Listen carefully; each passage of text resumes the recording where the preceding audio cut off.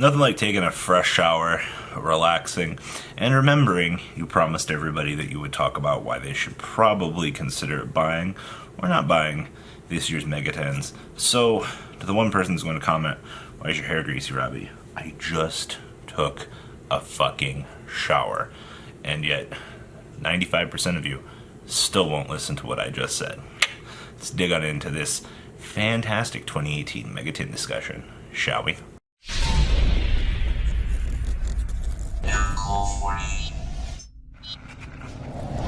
The 2018 Mega Tens are about to be out in circulation. I'm pretty sure Europe already has theirs out on Tuesday, I believe is the official release for theirs. I could be wrong.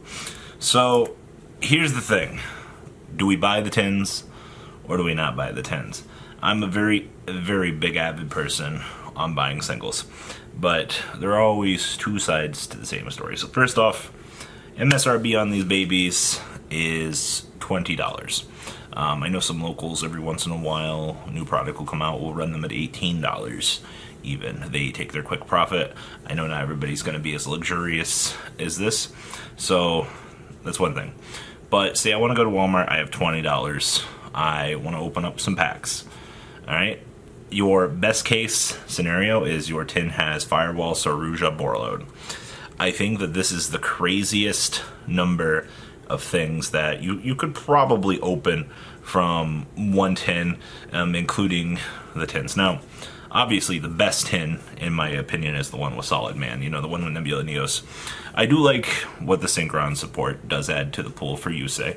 That's fucking fantastic, but I'm going to be one of those people that are going to be trying to get as many copies of Solid Man as we can, because if anything is a clear indicator of past tins and things like that, Solid Man is an Elemental Hero support card. It is basically Goblinberg, and you goddamn bet your ass that people still have this really crazy love for heroes.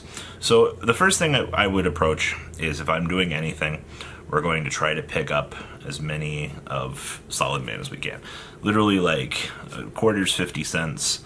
That's going to be the one thing that I'm going to be after and stockpiling for a couple of years until something absurd happens. Last year's tins, Pot of Desire is a staple. It's borderlining the $3 to $4 range. I think we've seen them touch 4. I think we've seen them come back down. But for the most part, there's no large staple that makes you want to buy the tins. There's just new original cards. And I mean, maybe a year, 3 years from now, I could see Nebula Neos being quite possibly a $3 card. But in the short time span, none of the promos besides Solid Man are really worth picking up, and I'm definitely expecting a lot of them to just be nothing. So, in the tin promo department, now, the value of the set. Isolde is not in the set. Oh boy, does that mean she's getting banned? Find out tonight at 11. Ugh. So, in terms of best product you can pull, evenly matched, Firewall Dragon, Borreload, Saruja, things like this, Magnite Purple and Blue even. If you look at last year's Mega Tens, for example here, really interesting to note, especially in the department of older stuff. 2017's most expensive card is $5, and it's Ghost Reaper and Winter Cherries. What? The fact that this card, even at this point in time, is so absurdly cheap, I mean, keep that in mind. This is the most expensive card as of TCG Player, highest to low, at the point making this video. Last year's Mega Tins were an abysmal shit show, but this year's tins have a very interesting trade-off. The promos suck. Last year people bought the tins for the promos. This year, people are buying the tins for a chance to pull, the core staples. So in terms of, you're trading off something guaranteed for a better lottery. Talk about fucking gotcha. Fucking the best thing I've ever seen. So you've got at least 5 cards, evenly Firewall, Borreload, Saruja. I guess 4 cards coming out of the floodgate that are going to be worth something that you can pull. That's great, right? Like last year, if you bought tins, you were disappointed because you pulled dollar solitaires. You're like, oh, this is terrible. I mean, last year people were excited for Totally Awesome and things like that, but let's be real here. wasn't even really the case. I mean, hell, even this year, recently, Magician of Dark Illusion over here has started going up in price. Like, what is this? I didn't actually think that we would see promo or super rares in a set be worth anything, but we've gotten to that point. Last year we had good solid commons too. I mean, let's call it what it is. You know, things like Fairy Tale Snow, the True Kings. Like, there's a lot of good value last year, and I mean, if you bought the tins right away, you got Zodiac stuff. So there was that. This year, the best value is I'm looking at the Mech Knights right now. I think the Mech Knight cards have been so high that it's been ridiculous. The fact that purple hit $22 last week and then Blue Sky was following it up. What is going on here? Like, this is it's too much to me to I don't know. There was a lot of hype around it. Alistair definitely helped to drive the market up for that Invocation Macabre reprints. People shot straight to the Mech Knight support and were like, hey, like, we need this now. And I definitely think that we could probably see the Mech Knight cards. Is $5 too much on Mech Knight's post reprint? If those things touch $2 to $3, I mean, they probably will. But what does it matter?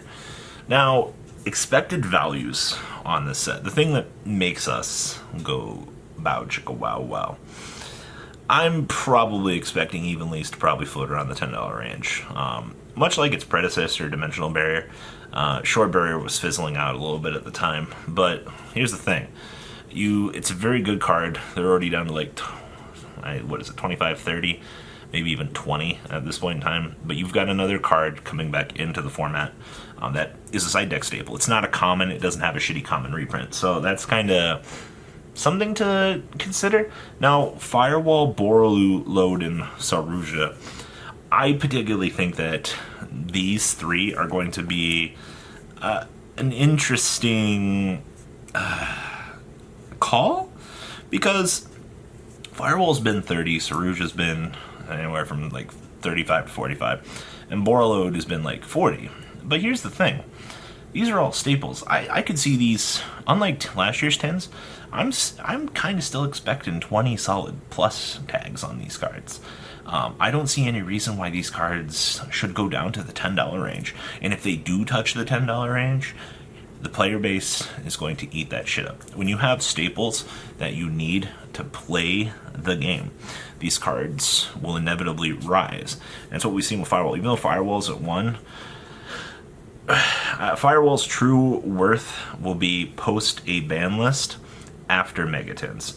The first initial wave, if you want to pick up a Firewall, approach it with caution, but still consider what you're getting yourself into. Overall, though, it's between, like, I want to say $10 Mech Knights, between evenly matched possibly being a solid $10 card, and expected $20 Link Monsters. I think the gotcha value is there. The reward for opening up tins at base cost, you can get burned. That's very, very true. But here's the thing. If you're approaching this set with the intent to want to open up product, you're approaching this with a want to try to make money, this is not the set for you. Alright? Wanting to make money off of this set is going to be bad. Now, to the 1 or 2 people that end up wanting to buy a tin for the promos, and you get rewarded off of extremely good pulls, this is a set for you. Now, I'm going to still approach the set with the same mentality of, if you want something, then buy the singles. The tin promos are going to be abysmal this year. They're going to be an absolute shit show in value. And then to top things off, the core set value itself, there's definitely a lot of things here that can spike. So pay attention to your local vendors, pay attention to the online retailers. Of course, if you're like, I want to buy a tin to support my locals, that's a good call. Yes, do so. $20 isn't going to break the bank for those of you that play competitively. You can afford it. Outside of that, I think the set, there's real money to be made in this set. Honestly, there's a lot of really small investments. There's going to be a lot of good cards that are going to be extremely cheap. ITT Solitaire last year was amazing buyout for the people that executed that, making that a $4 to $5 card. The staple cards, if even these a $5 card, I guarantee you that shit's going to get bought out hella fast. You know, there's card values that should not touch so low, and it's absolutely insane. But the tin value, the risk versus reward, you know, the guarantee is much lower this year, but the reward is so much higher. I didn't actually think Konami would be able to execute this. Lovely. Oh, that's my opinion on the tins. Singles is almost always the way to go, unless Konami's got some crazy shit cooking later in the year. I wonder how the advent calendar is going to do. That'll be an interesting discussion, because I have a very, very weird feeling that the advent calendars are going to be extremely crazy, and I don't know, I just have a really weird feeling about that one. Outside of that, we are going to have an extremely, I'm not going to film the large tin opening, but you guys can look forward to the bonfire that ensues. Friday's going to suck.